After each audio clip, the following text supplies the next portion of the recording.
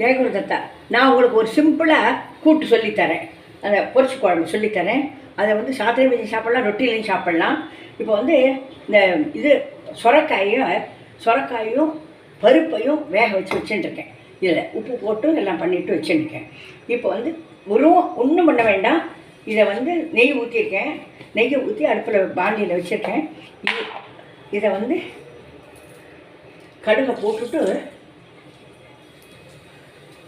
இந்த உளுத்தம்பருப்பை போட்டு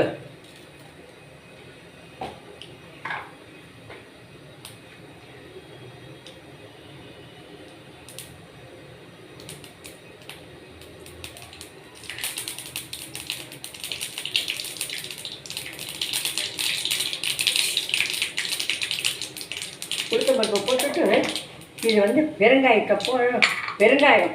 பொடி போட்டு அந்த இது இருக்குல்ல ரசப்பொடியை அதில் போட்டுட்டேன்னாக்கா அந்த ஒரு கூட்டம் ஆகிடுது. என்னன்னாக்கா அதுக்கு ஒன்றும் கரைச்சி ஒன்றும் விட வேண்டாம்.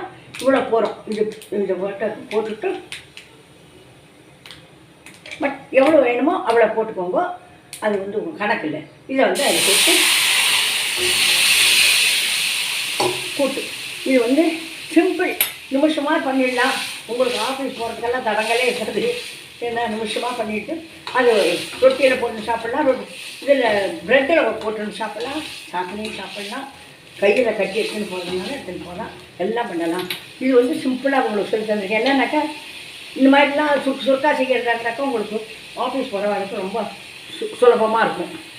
ஜெயகுரு தத்தா, நீங்கள் வந்து ஷேர் பண்ணுங்க, லைக் பண்ணுங்க, சப்ஸ்கிரைப் பண்ணுங்க.